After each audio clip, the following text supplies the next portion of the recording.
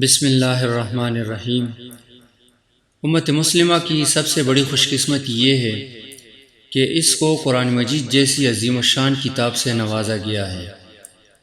قرآن مجید کی خصوصیت یہ ہے کہ یہ کتاب اللہ بھی ہے اور کلام اللہ بھی۔ قرآن مجید کو اللہ کا دسترخوان بتاتے ہوئے حضرت عبداللہ بن مسعود ارشاد فرماتے ہیں، یہ قرآن اللہ تعالیٰ کا بچھایا ہوا دسترخوان ہے، جتنی بار ہو سکے اللہ کے اس دسترخوان سے سیراب ہوتے رہو۔ بلا شبہ یہ قرآن اللہ تعالیٰ تک پہنچنے کا ذریعہ ہے۔ یہ تاریکیوں کو ختم کرنے والی، روشنی اور شفا دینے والی دوا ہے۔ یہ مضبوطی سے تامنے والوں کا محافظ اور عمل کرنے والوں کے لیے ذریعہ نجات ہے۔ حضرت عبداللہ بن مسعود نے قرآن مجید کو اللہ تعالیٰ کا دسترخوان بتا کر اس کا مفہوم یہ ہے کہ جس طرح انسانی زندگی اور اس کی حیات کے لیے مادی غذائیں ضروری ہے، ان کے بغیر انسان کا جسمانی وجود برقرار نہیں رہ سکتا، اسی طرح روح کی زندگی اور اس کے بقا کے لیے روحانی غذائیں بھی ضروری ہے۔ اس کے بغیر روحانی وجود کی بقا ممکن نہیں۔ اللہ تعالیٰ نے روحانی غذا کے لیے قرآن مجید کی شکل میں اپنے پاس سے دسترخوان بچھایا ہے۔ جو شخص قرآن مجید سے جس قدر شغف رکھے گا اسے اتنی ہی روحانی ترقی حاصل ہوگی۔ صحابہ کرام کا دن رات قرآن مجید سے خصوصی تعلق تھا۔ وہ نہ صرف قرآن مجید کی تلاوت کرتے تھے بلکہ اس پر عمل بھی کرتے تھے۔ حضرت عثمان بن عفان اور ابن مسعود رضی اللہ تعالیٰ عنہ سے مروی ہے کہ ہم قرآن مجید کی 10 آیات سیکھا کرتے تھے اور جب ان پر عمل کر لیتے تو آگے کی آیات سیکھتے تھے۔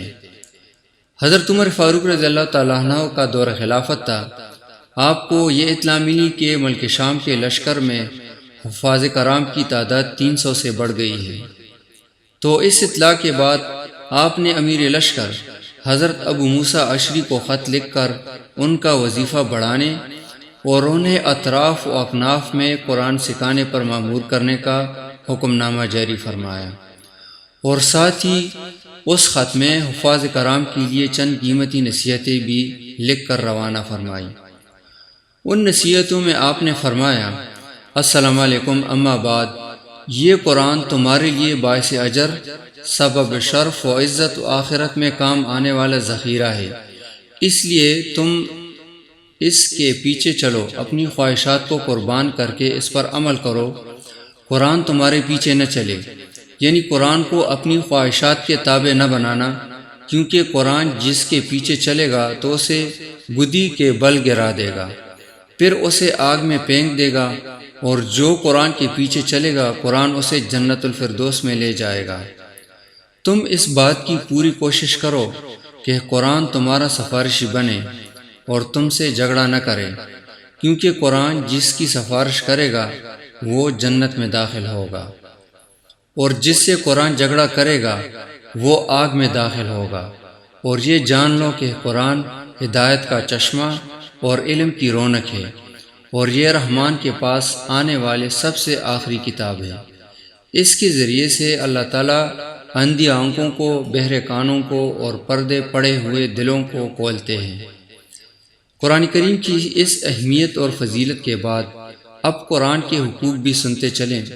علماء کرام نے قرآن مجید کے 5 حقوق بیان فرمائے ہیں جن کا ادا کرنا ہر مسلمان کے لیے ضروری ہے۔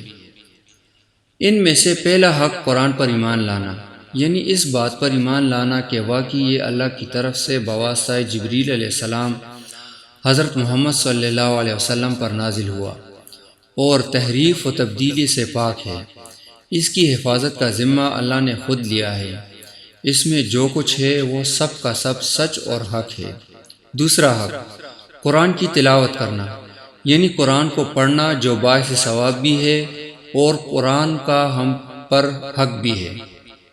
تیسرا حق قرآن میں غور و غوص کرنا، یعنی اس کے اوامر اور نواہی کو سمجھنا کہ قرآن میں فلاں موقع پر کیا حکم دیا ہے، اس میں موجود فلاح پانے والی اقوام کے واقعات سے سبق حاصل کرنا اور تباہ شدہ اقوام کے واقعات سے درس عبرت لینا۔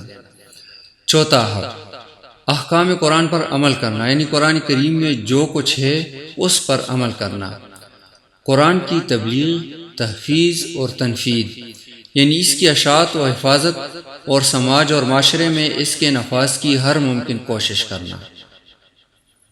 مختصر قرآن مجید خالق کائنات کا وہ سدا بہار، دائمی، عالی اور انقلابی پیغام حیات ہے جو کتاب ہدایت بھی ہے اور کتاب زندگی بھی۔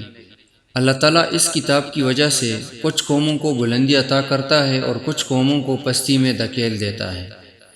قرآن مجید ہماری زندگی کا دستور ہے جو ہم سب کے لیے ہدایت کا ذریعہ ہے۔ قرآن مجید کا تجوید کے ساتھ جس طرح پڑھنا ضروری ہے اسی طرح اس کا سمجھنا بھی ضروری ہے۔